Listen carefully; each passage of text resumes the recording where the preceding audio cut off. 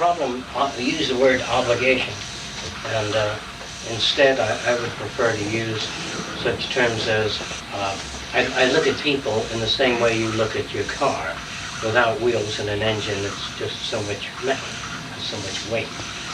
It's non-extensional to you.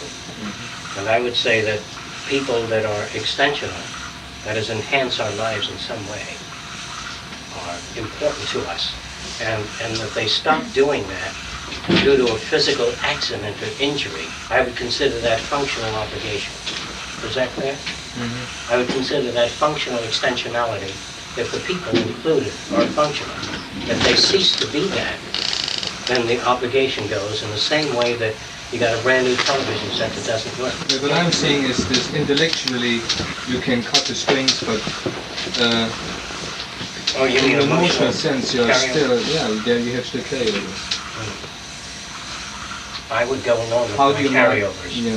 I would go along with it. If I felt that I had to do something for somebody that I had an attachment for in the past, but I knew it was not the logical thing to do, but on a feeling tone level, I had to do it. I'd go visit my mother if I had to. If the emotion was still there, I wouldn't lie about it. But how about if in the same time it is painful for you? It depends. If it's much more painful for me to stay away from my mother, assuming my mother's a racist and a bigot and all that sort of thing, and yet she fed me soup when I was young and tried to do the best she knew how to do, and I was caught up with that, I would still go visit her, because the pain of not visiting would be too great. And I can sit down intellectually and say, well, I shouldn't do that. Like smoking is illogical, it's dirty, it's expensive, but I smoke, because I would say that I'm not ready to give that up. I'm not able to do that at this time. But there may come a time when you won't have any trouble at all. You just step over it. But in the meantime, you do what you have to do, what you really have to do. Let's assume that Joe doesn't like New Year's parties and all the noise and the blowing of the gadget that unfolds and hits you. If he's still got a kick New Year's party, or I went to Joe's house and he had a Christmas tree there. So he says, I like Christmas trees, okay? And he says, I really would be in greater pain not having it. I understand that. But I think you ought to put a Christmas tree in your house if this is where you're at. I won't come to visit you. But what do you think? See, in other words, you don't want me to visit you. If you want me to visit you, you better make that Christmas tree retract or something. Pull up into a hole in the ceiling. But I would say I would do what I felt I had to do. If I just began to read Darwin, got turned away from religion somewhat, I still, if I had a feeling for it, I'd still go to church, regardless of what anybody said, until I was ready to make the change myself. Does that make sense? Yeah. Okay. Now, I say that your own children are just like anybody else's children. But I would do this. I try to make this point clear. If my children come to visit me and they just sit around because they're bored, I usually get busy and say, well, I'll see you some other time. But if they come over for something constructive, something real, I'll spend time with them. I'll do this to anybody else's children, but I'll do it to my own first. Now, many years ago, I may have had other feelings about it. Like when my daughter comes over and says, Daddy, I want to be a policewoman. I said, I'm sorry to hear that. Lots of luck on your ventures, so on. In other words, I don't feel obligated. I don't feel, if my children become involved in, say, narcotics, pushing drugs, and all that thing, I don't participate in that because I have nothing to do with them. Is that clear? And if I had something to do with them, if I raised them, see, and they were pushing narcotics, I give up my viewpoint. I mean, it doesn't work at all. Does that make sense? Whatever tools you use, in other words, if you use the best tools you know how to design a good sailboat that doesn't work, throw away your tools, assuming you execute it according to your plans, if it doesn't work. Now, you may not be able to do that emotionally. Most of us can't do that. We can't throw away or set aside things like that. We still have carryovers. We have things that weigh upon us, as most of us. So I would do what I felt emotionally that I had to do, regardless of whether it's right or wrong scientifically. And there'll come a time in your life when the transition will be easy. You'll be able to turn away from situations that do not make sense to you, if not immediately, to a larger extent. I'm telling you not to do anything about it. If you have that, do it. Go ahead and do it until you no longer feel you have to. And when the other people are hurt in the process, you won't feel it. But you have to look at those people just as you look at all human beings. If you look at your family with special interest, then from this point of view, this doesn't make it true. I would say that people that believe in the family, God, are probably fascistically inclined. And that's training by an existing government to get you to feel obligation. I know that some of you here don't understand what I'm saying. I'll say it another way. That governments want you to feel for your wife, children, your mother, your father, they want you to feel obligation. The reason they want you to feel obligation is so the state won't feel the obligation. Like if you have children, they want you to be responsible for them because the state doesn't want to be burdened with them.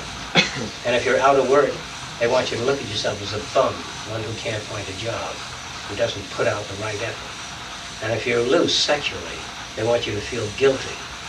And these are the feelings that they generate to control your behavior. Morality is an attempt by government at controlling behavior. In other words, I remember years ago, I was about to have sex relations with a girl, this was many, many years ago. And she said, I won't be able to face myself in the morning. She was a virgin. So I held up a mirror in the morning. And she laughed. And it doesn't make sense what people say.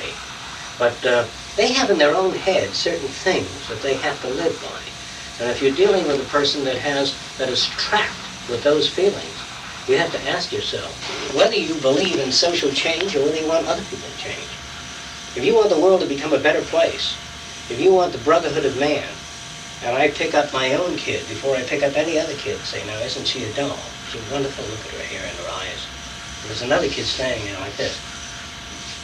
And that kid say he doesn't have warmth in the home. I'll pick up the other kid, then I'll pick up my kid, put my arm around both of them. When you pick up one kid, this is a sickness of our society. I don't know if you agree with that, but this is the way I see it. Now, if you say to me, well, I still think I want to go to church, and I believe in the family, and I believe in morality, and I believe in this, but I'd like to see a better world, you can't have it. The only way you can have a better world is through the brotherhood of man. That must be established. And this man says, well, I hate niggers, Jews, and Swedes, and I'll change the world, but I wouldn't change that view in myself. And this person says, I think that women are stupid and narrow-minded, and they ought to be, put in their place. Now, I'll go along with a better society, but I won't change that. Don't try to get me to change in that area. See? Then you're, what are you doing here? This person says, I'm a Seventh-day Adventist. He says, I believe in a better world, but I'm going to change that. This man says he's a fascist.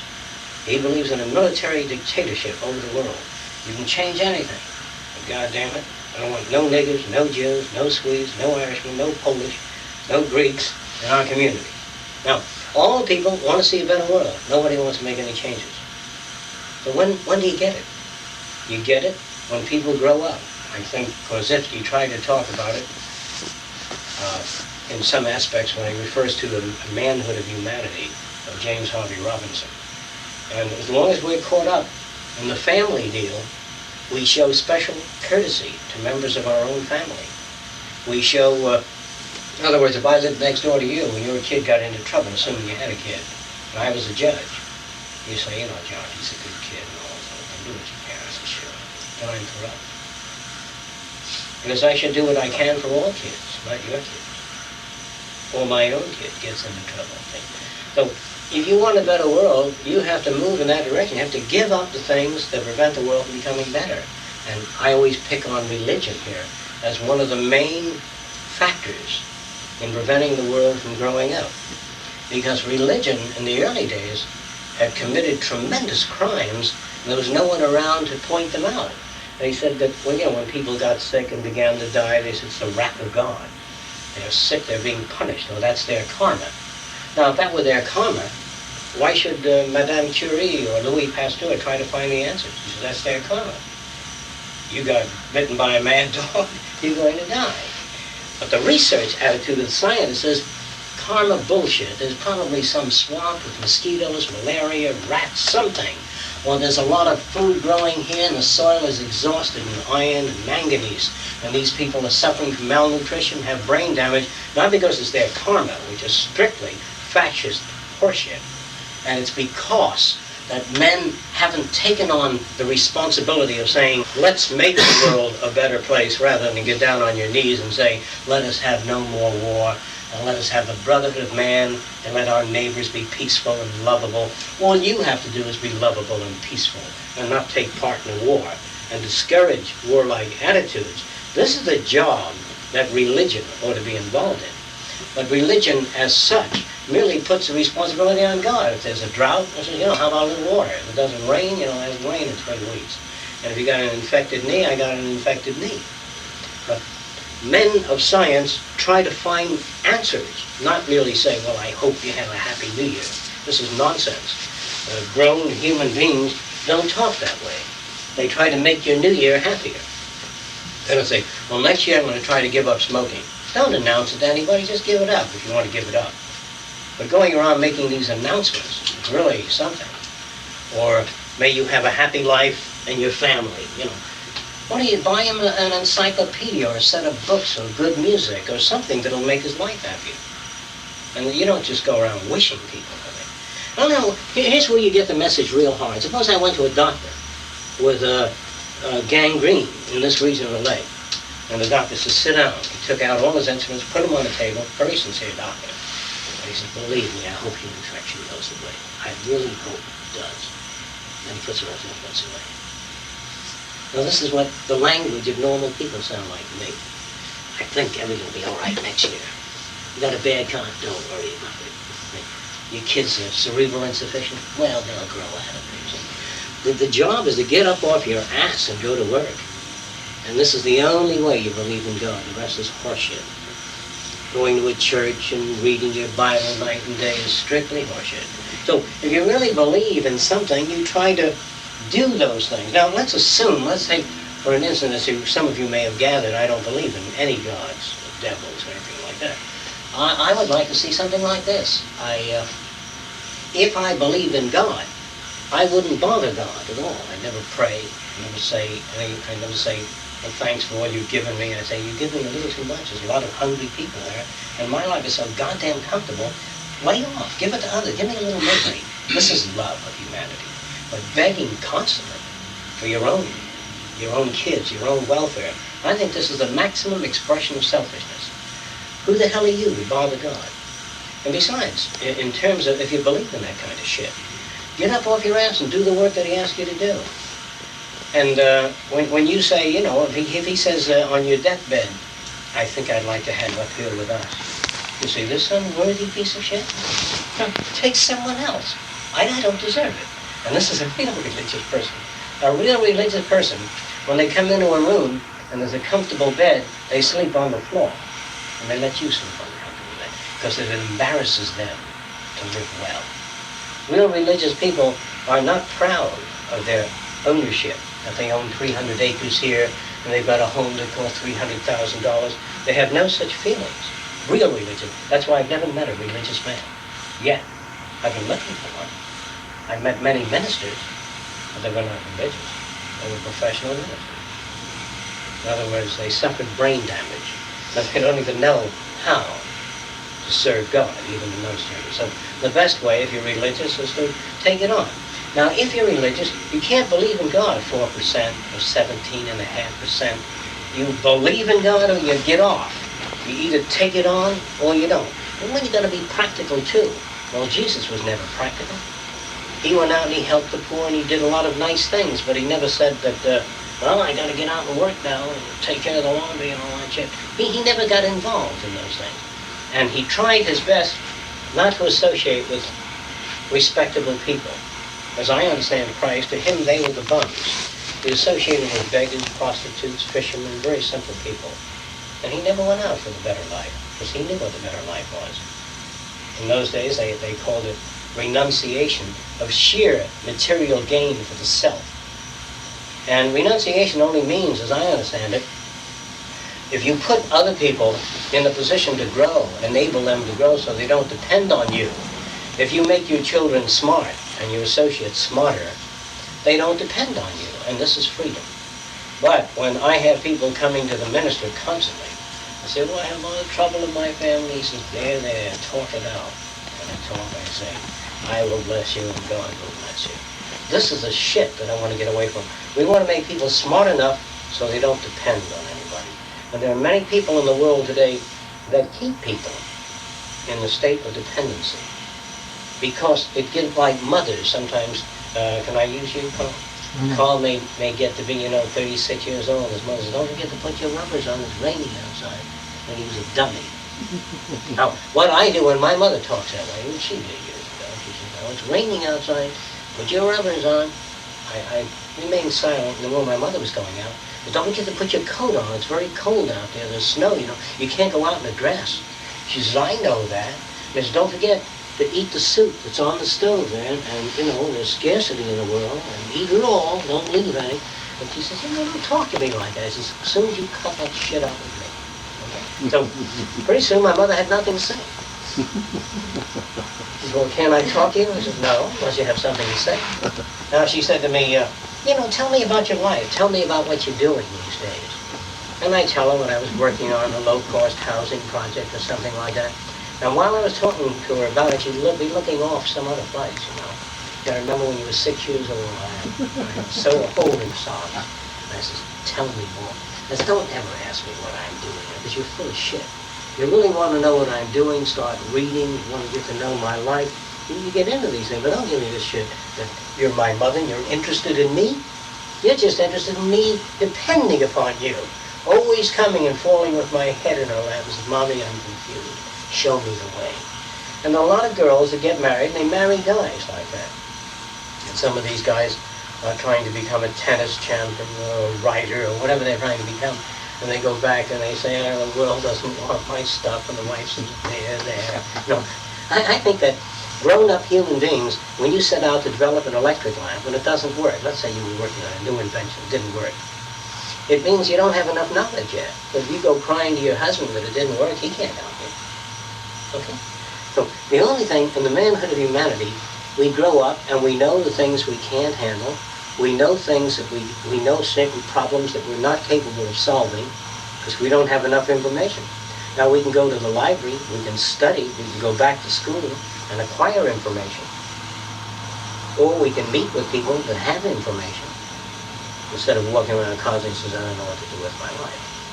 You see, those of you that are new here, I said a lot of things that may bother you. So you can ask questions if you want to. Raise your hand. Is anything that bugs you? Or anything that shocks you or bothers you in any way? All right. Now, do you want to talk about anything special tonight? I'd rather get into a subject matter that you might be interested in. Other than that, Carl, do you have anything else? No, it's fine. Okay. All right.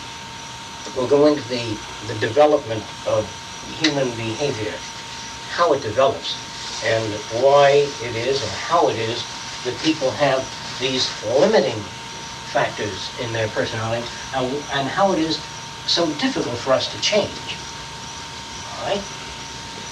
In order for you to understand how it is and what kind of process is involved in the difficulty of change, I mean changing our own behavior.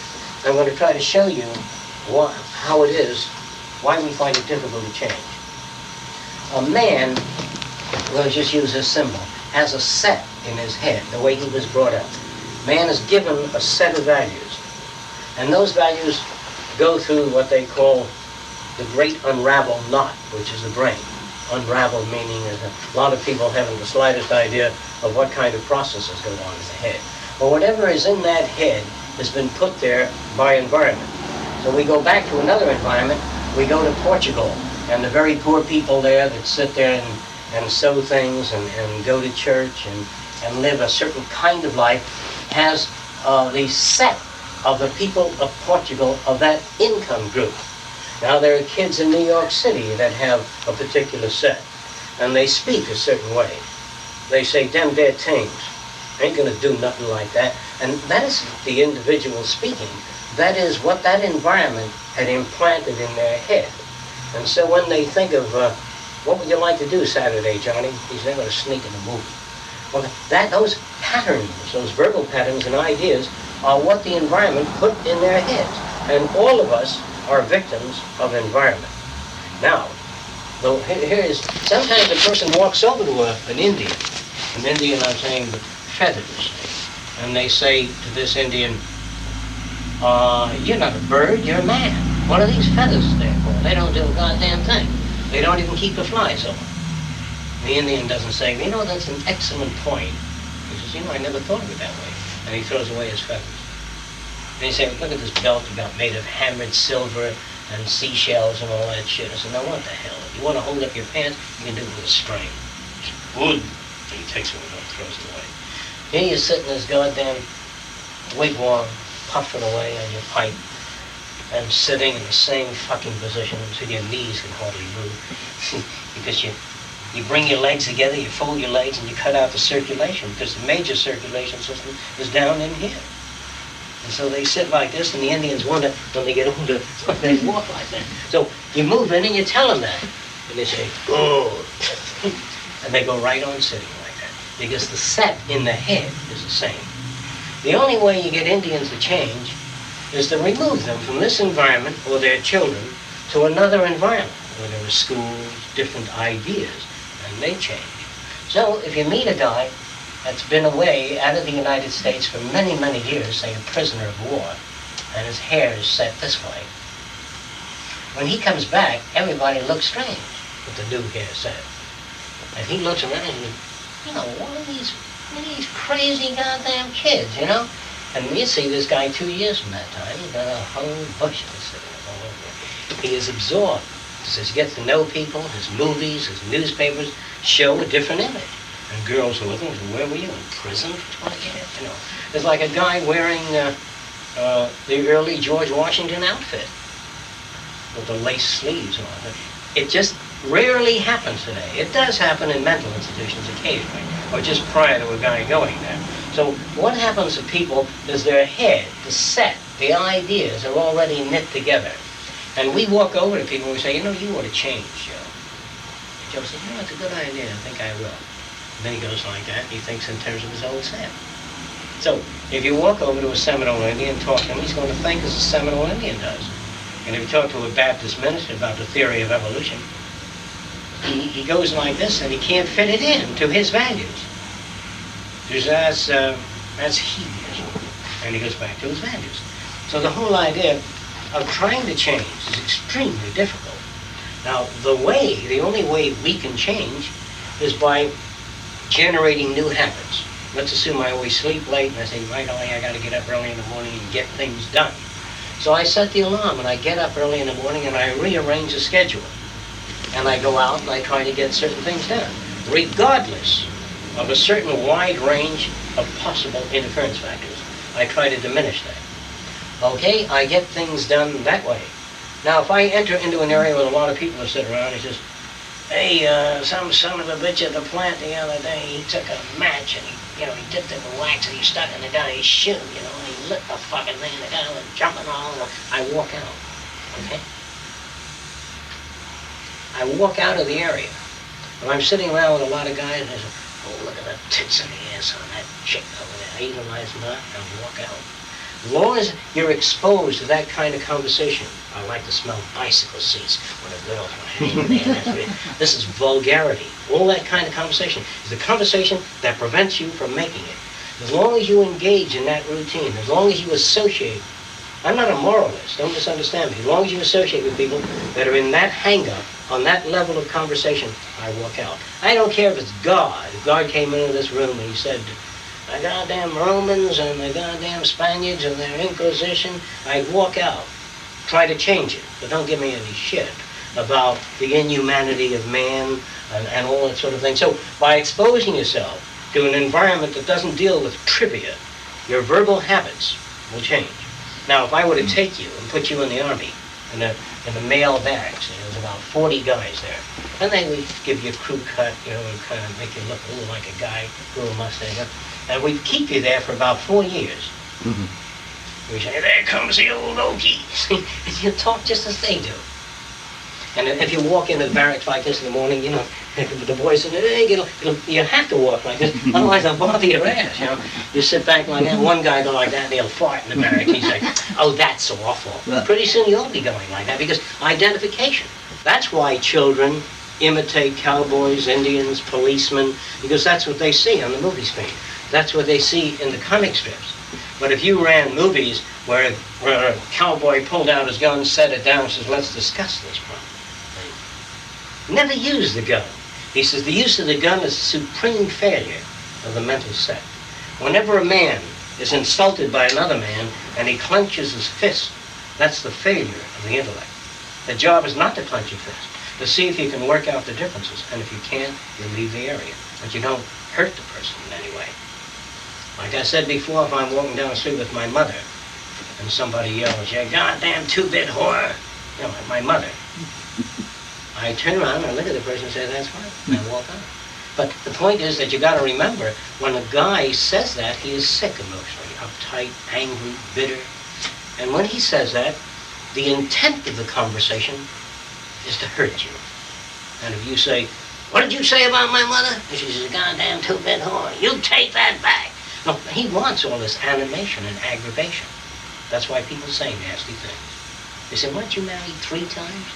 I say, no, 33 times. In other words, the point you got to remember, when people are talking to you, they want to get a rise out of you. They say something very insulting sometimes, and that gets a rise out of you. But if it doesn't, they look for somebody else. They'll say something nasty to you, you don't respond, say something nasty to you.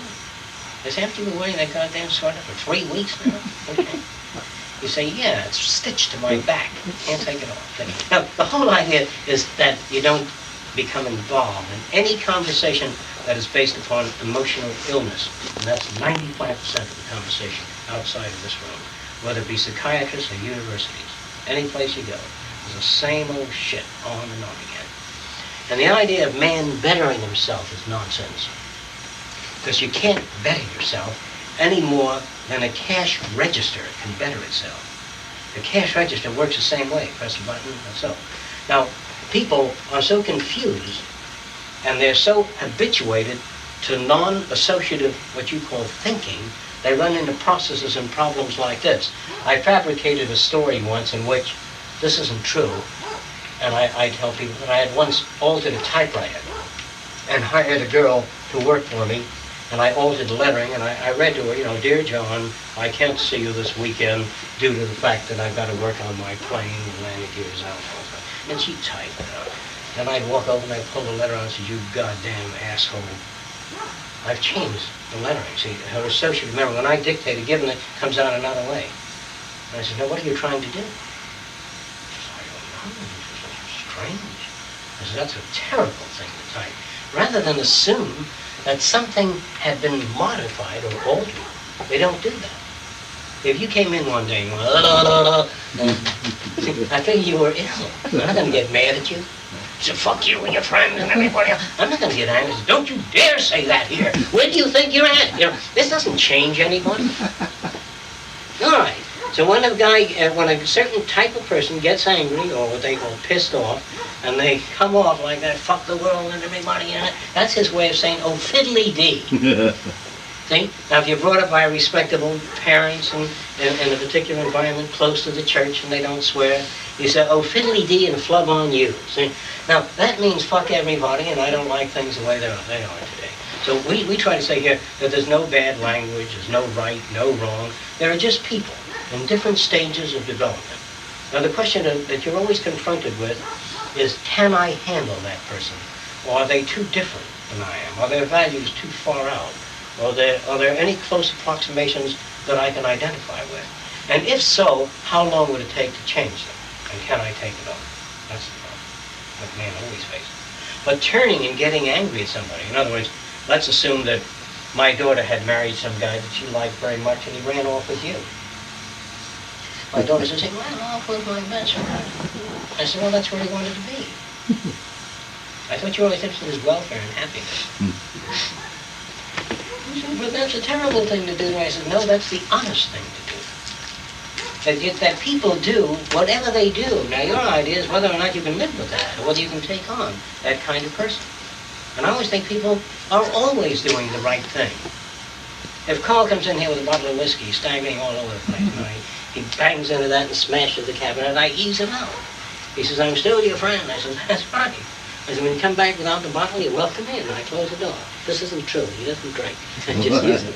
Anyway, but I'm not mad at him. Okay? Now, if his behavior is constantly like that, and he knocks at the door, I open part of the way and say, see you some other time. He says, why are you mad at Carl? I'm not mad. Yes. You have a question? No. Oh, all right. Now, the idea is to understand people. Now, I think you do. Some of you here probably do. If you paid a buck and went into a Seminole Indian village and saw these people, you know, going to their Indian dance and alligator wrestling, whatever they do, and Joe says, what the hell are they jumping around like that for? He says, they're Indians. You say, oh. Still, what the hell are they jumping around for? I mean, whenever I go to an Indian village, I say, now what the hell is that? And he says, they're Indians, and I say, oh, what the hell happened to your head? No, we don't think that way. Now, these people that go to an Indian village and see the Indians dancing around, they say, Jesus Christ, when you look at that, then they go out. You know, which is nothing at all. Same shit. Or whatever the hell you do. Whatever kind of dancing you do. Because I never knew what dancing was about. I never understood it. And I never knew why people have casual conversations. What they're trying to do is meet other people, so they go places. And then they say, it's lovely weather we have out here. Yes, it is. You can see it's lovely. Or it looks like, yeah, it's raining. You say, so it is. A conversation, if we made a movie, a normal conversation, and put it in a can and kept it there for about 10 years, and then ran it at some time in the future, you would have to hold your crutch to keep from pissing in your pants. It'd be so funny. Because the people you live with in the world today are sick. And I mean the whole fucking institution, from politics all the way down to your liberals, right and left. You probably haven't read this article by 1,500 psychiatrists that Barry Goldwater is cerebral insufficient. Did you know that? There's a great deal of brain damage. No, he has brain damage because he says things like this. He would talk to some Japanese people at one time, and he'd say, look at the Oriental mind, and you can't reason with the Oriental mind. As though there was an Oriental mind. If an Oriental was brought up in America, you know, in New York, he's just doing dead things, the slanting eye. If an Oriental was brought up with a Negro family, he's like, yeah, man, they're right, you're right. But the Oriental is no particular product. Now, it means that Barry Goldwater is uneducated. He may have gone to school and studied some aspects of technology. He may be a good pilot and a good businessman, but he's a cerebral insufficient or suffers from neural bankruptcy. Not enough stuff up here in enough areas to make appropriate decisions. But we admire a lot of people today because nobody ever told us other things about people. Now, what I'm telling you about people, you may not like. I always say I don't like what I say. Most of the things I say I don't like, but they're true. I wish it were different, but this is what people are like. Now, if you want to deal with people, you have to ask yourself why it is you date. Why do you go out? I know why guys go out. They want to get laid. They don't go out. They don't date because they like the color of your hair, your eyes, and your ears. They date because they want to get laid. Do you think anything else? Any other differences? If it's for intellect, they generally go with a guy, because a guy can talk about radios and radio transmitters, and if they're in anthropology, they'll talk to either a female anthropologist or a female marine biologist or somebody that they can talk to. And men have much more in common with men. Unless, in other words, sometimes I meet a girl and the girl says, I'm very much interested in your work and what you're doing. I said, come on, we'll work on social architecture so you can share my life with me. She said, well, I don't know anything about architecture. I thought you said you wanted to share my life. Now, I'm working on a new control of malignant cells. I'd like you to join and work with me. Well, I don't know, how the hell are you going to share my life? The nonsensical conversation. You see people walking on and on through the field. Let's share our lives together. You know, you studied brain surgery for 30 years, and you meet some pinhead that wants to share your life with you. The language is utterly ridiculous. Make no sense at all. Okay, now democracy. No sense at all. First of all, there are different kinds of people in our society. Some are more adequate than others due to background. I don't mean heredity, just background. This person knows a lot about aviation, this person knows very little, this person knows nothing about it. And all these different people want to share equally. They want to share equally in governmental decisions, and they don't even know how to make a bean grow. So what you do is you have agronomists and agriculturists work on agricultural problems. The American people believe in participatory democracy. And I don't ever recall groups of Americans invited in or consulted on the Oak Ridge project. And I don't remember any groups of Americans in participatory democracy ever brought together to discuss the project of landing on the moon. What the hell do the American people ever discuss related to government? Now, what do they ever discuss related to education? They don't even know the learning theory. Most people have never been exposed to what makes people learn. In other words, if you came up to repair a landing gear of a military airplane, before you touch it, they want to know that you know something about it. And then these people want to participate in modifying our criminal institutions, and they don't even know what crime is, what generates it, or how to change that behavior. So I would say that the kind of America we're moving toward, or the kind of world we're moving toward, is a world in which people acquire information. And with the information, they can share more and more ideas. I believe in sharing ideas. That's why I'm talking to you this way. I can get along with you real well. All I have to do is say nice things, nothing bad, what a wonderful word, you look lovely, your hair is beautiful today. You have a sweet smile, very shapely legs, and those shoes just go with it. They emphasize it. Now, this kind of shit makes me sick. If I were a girl, and just imagine, let's reverse the image. Let's say you were brought up the other way. You said, Jock, gee, the hair on your chest, that's terrific. And your little fanny. And when you smile, those continuous dimples. And you said that, and Jesus Christ, this shaven hair, really nice, I'd feel hurt if you said things like that. Then you touch my hand, you say, oh, nice. Now, don't give me that shit, please. You know what I mean? Don't hand me that kind of stuff. If I were a female, I'd never let a guy talk to me the way they talk to women. I would try to engage in conversation with a person, try to get to know the person, their areas of interest, the things they like to do. I talk to you just like any other guy, like a human being, a person. And if in time two people learn to like each other, by being extensional and sharing ideas, this is ultimately what man really wants. But the idea of arranging situations so that I can seduce you, turning on good music, lower the lights, all that sort of thing, and tell you how pretty you look in the moonlight. All that kind of horseshit is like selling, selling something to somebody. And I think that seductive behavior and sex ought not to be pursued as it is today. I think if people relate fairly well, they go to bed with each other. Or if they don't relate fairly well and they want to get laid, they go to bed. If they don't want to get laid, they don't go to bed. And you never go to bed with a guy because he wants to get laid. You go to bed with a guy because you want to get laid. Don't do anybody any favors. Don't go to a concert with me because I like classical music and you can't stand it. This isn't true about her. And so we do so many things because the other person wants to do it. And I try to discourage people from doing that. Like I did try to discourage a girlfriend of mine from doing certain things. She'd say, oh, they're having a fashion show at Euripides Sneed's, and I'll go with her. Won't say anything. And next day, I say there's a electronics exhibit and microcircuitry at the medical exposition. Let's go. I don't know.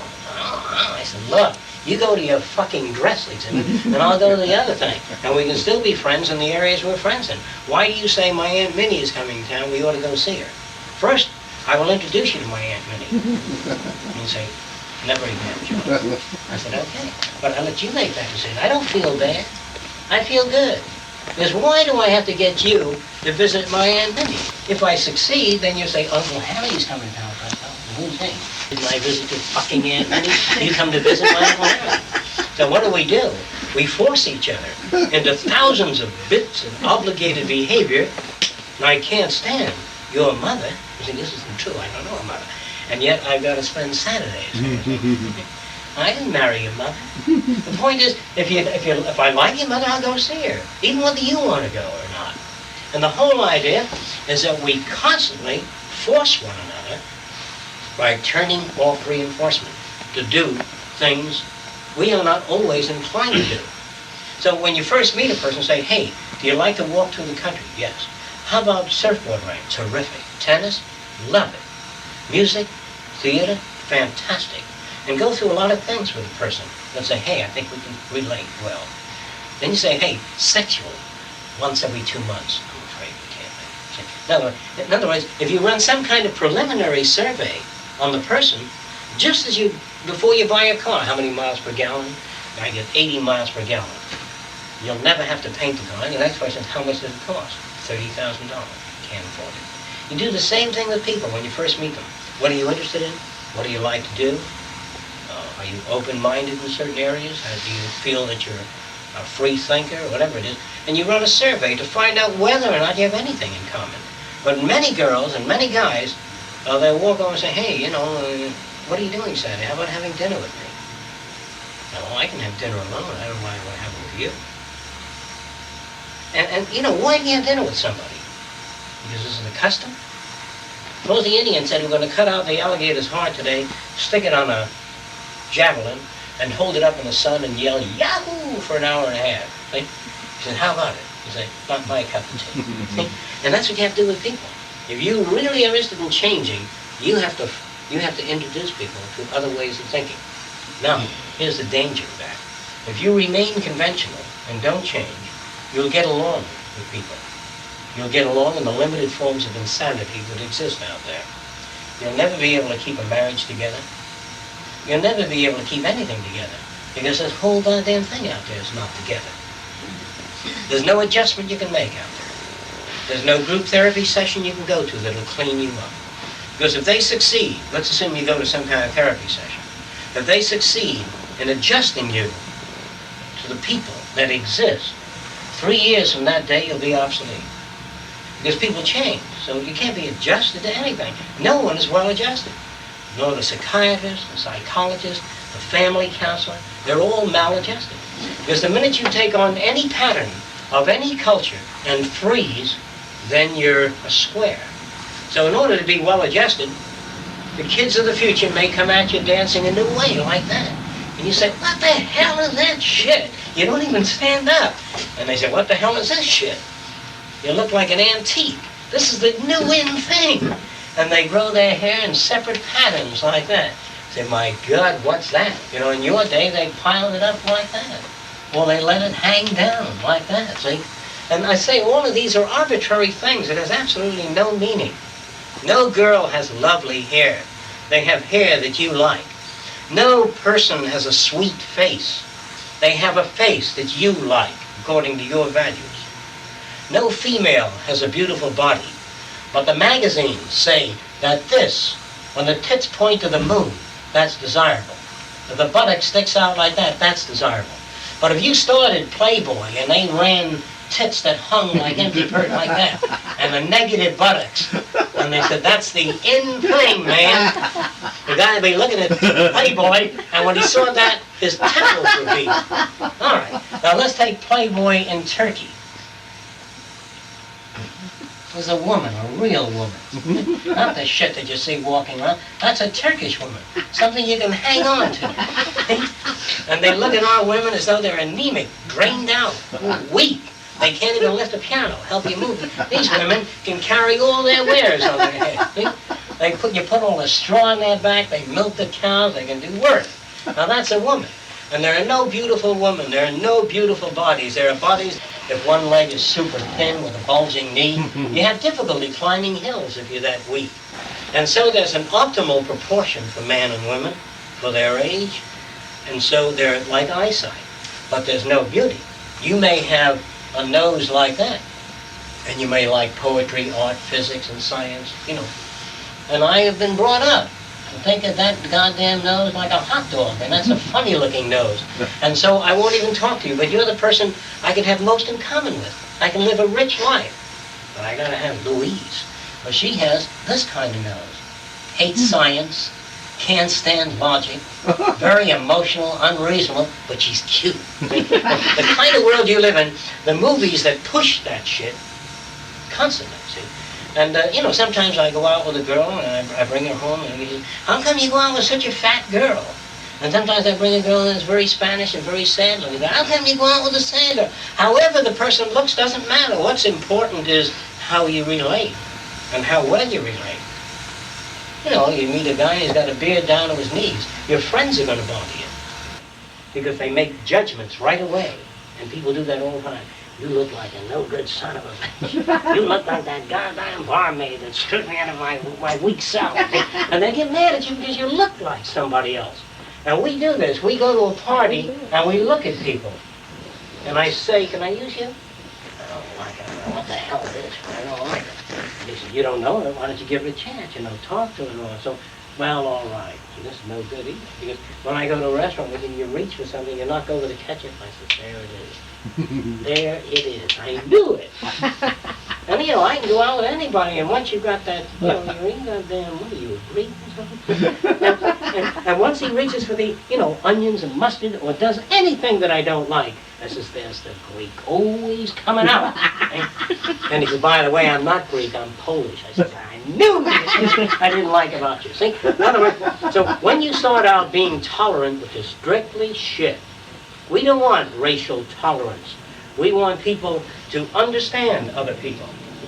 To understand that people in New Orleans talk a certain way and people in Chicago and Boston talk another way. And that they have these different patterns and different subcultures. And here am I in a certain culture. And the question isn't whether I like them or not. The question is whether I can identify with them. Just because they have a different dialect, a regional dialect, I still might have a lot in common with a person. And we are inclined to talk of a better world and a saner society, and yet most of the guys tend to move toward attractive chicks. They use terms like that. They tend to do many things that are offensive, and the girls are the same way. So when you talk of liberty, democracy, freedom, and we constantly go through the patterns that are dominant in our culture, then we remain sick. And because if a guy marries you because you're attractive, let's assume he married you because you're attractive, you're well stacked, you have nice legs. Let's assume that was a reason. What happens when he meets a girl that's better stacked, smoother legs? If that's all you got nothing. So if I were a pretty girl, and a guy married me, he went off with a girl that had super tits and went out like that, I wouldn't feel bad, I'd feel good that I got rid of that shit. If that's all the relationship amounts to. People are always shocked. And the point is that people do what they have to do. And that's the reality of the world. And you get sick because you hope they do something else. In other words, if I bring you a kitten, I don't know her, and these things aren't true, that thing. And I put it down, and she says, it's very nice, but I don't like it. Now, instead of saying, why did you do that? See, that doesn't say, oh my God, why did I? See, whatever made her do it, maybe she's sick, toxemia, on drugs, coming off something, I don't know. The thing was to mop up the kitten, put it away, and help her. Instead of saying, where's my kitten? And she says, what does she do? Now, some of these things are true that I'm telling you. When I was a kid, I built a model airplane. It took me 3 months to put together. And the village idiot, in those days, they didn't put them in institutions. This is not a derogatory remark, but people used to walk around drooling in the early days. There were no institutions for them. And I was about to launch this plane, and I figured this poor guy, he's never seen anything like that. And I think I'll put it on the ground and let him see it fly. It might amuse him.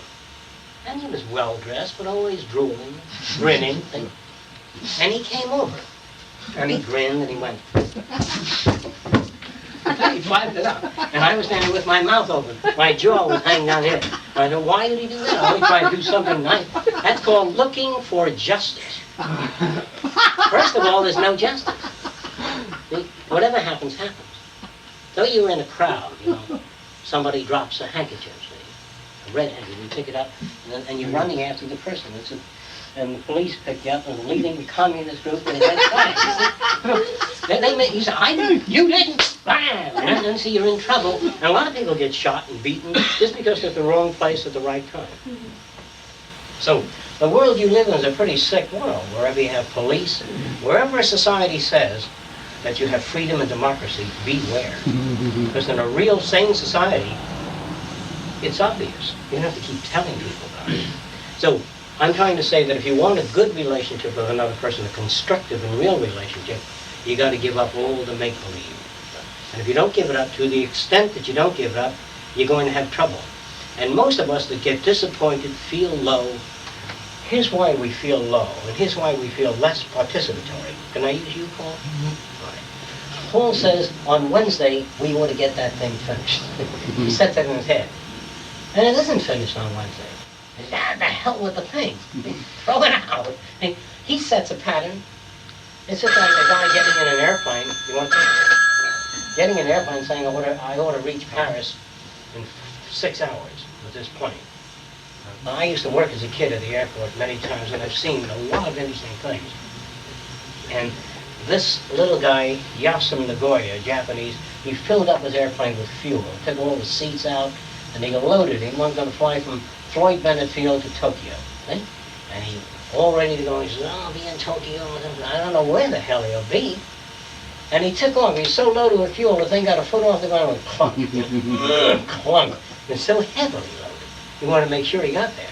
Finally, he pulled the stick way back, and it was going up at this angle, very slow, muching. He got up about 300 feet, and then he straightened out the controls, and it turned nose down, and all the fuel floated forward in the tank. It hit the ground and burst into flames.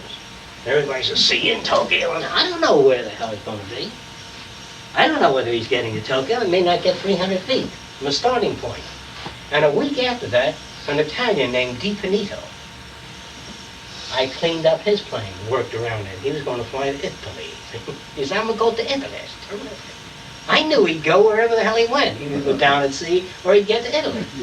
Just, when you see a trapeze artist swing up and back, he most probably will make it, because there's a lot of training in it. There's very few tightrope walkers that fall off the rope. But understanding, looking at the world that way. Now, if I worked on that plane, I said, boy, he's got to make Tokyo. God damn it! I know he's a good pilot and he's a nice guy. Here's the way I say that. I take care of the landing gear, make sure that the hydraulic lines are clean and everything's well adjusted, and a new filter in the engine. You know what I mean? That's the way you say the best of luck. You don't say, I hope you make it. You do whatever you can to want the person to make it. Okay, so if this man takes off and crashes and I'm disappointed, what am I disappointed in? I'm disappointed in my own set that I created. When I look at my son going to college, I see a medical doctor doing surgery. Fine, respected person. Later I even see a Nobel Prize winner. But when he's 18 years old, a police car pulls up. He said he was going to the university only to push drugs. And he's never attended for years. What am I disappointed in? My son? My own set about my son. Do you understand? It isn't the world that hurts people.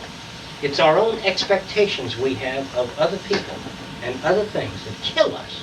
People kill themselves not because the world's a miserable place, because they are looking for justice. They hope that somehow everything will work out. Here's what you do. You give the person that you like or the person that you don't like the best that you have. And whatever they do, they will do, depending on their scar tissue, how much warmth and love they had as a kid, how much the big sister made fun of them, or the older brother teased them, or the kind of persecution they received at home, or the husband that they married used to twist them by the nose and kick them in the ass. The kind of lives they've lived, the kind of unhappiness in the home is all brought out in the final relationship. So when you go with people, they're generally at their best. In fact, if I went out with a girl and I wanted to know her, I'd say something real nasty. You goddamn idiot. Because I'm sorry to hear that kind of language come from you. I thought you had a better approach to talking. That's sane. And look at that goddamn sweaty nigger on the other side of the street. He just never liked me at all. I never called him. But in other words, the kind of comment that a person would make tells you a lot about their values. So if you want a sane relationship, this is how you do it. You got to watch your expectations. If you feel depressed, hurt, withdrawn, it's that your expectations are in error. So don't hope that everything works out next week and won't go wrong. Come out in the world and say, what have we here? I don't know. Keep a record of it. Says Euripides Sneed said he was going to ride his bike on Wednesday. It rained all day, no bike ride. Then you go out and say, I was going boating with Sam. The prop came off his boat. He ain't boating today. See, instead of saying, oh, I'm not boating, the prop came. Always unexpected events. And the reason we have this is because of religion. Religion says, give all the world all the best that you have, and the best will come back to you. So you go out into the world, and you give all the world that you have, and they fuck you. They crucified him, and he gave the world the best he had. That's right. And so did Gandhi, and they fixed his wagon. And Da Vinci, and Michelangelo, all these people, and Pasteur, and Curie, all of them. And the Wright brothers, they didn't have it easy. And Edison, and Bell, and all the early, a lot of innovators of thought, and the earliest concepts of democracy, all of the people that originated ideas were persecuted. And if you keep coming to these sessions and you learn a new way of thinking, if you're hurt on the outside, you have to develop enough tools to be able to walk out there, because when you walk out of this door, out there is a big, fat mental institution. And knowing that, you can get along real well. You like, put a cigar in your mouth, and the guy knocks it out. You say, in other words, there's hardly anything you can do. And you're walking down the street and the guy says, hey, goddamn it, you're a cute little chick, you got a nice ass. You say, that's right, my husband thinks so. No, you don't get involved. You really don't say anything. You move on. And you don't get involved in low-grade conversation. And if a young girl comes up and says, see, Betty over there, she's scoring 9 guys in this town. And you say, by the way, here, you take me an art course. Let me tell you about it. I'm not interested in Betty.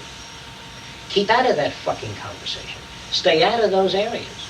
And you'd be surprised how fast people will change and what you call feel ashamed of themselves for even bringing it up. So this is part of the mechanism of sanity. Not giving up, not holding expectations, doing the best you can trying to make the thing work out. And if it happens sooner, great. If it doesn't happen as soon as you hope and you go downhill, it's because you still have the habit of expectations or looking for justice. Sometimes I say, give me a good cup of coffee in restaurants. And they bring it tastes like chalk, and I don't drink it. So I just set it aside. Instead of saying, damn me, this whole thing, you don't need to do that. Just get a glass of milk or strawberry, or whatever the hell you want. And they bring you eggs, and they're rotten here. You cut in those worms going on. You call the cook over, point.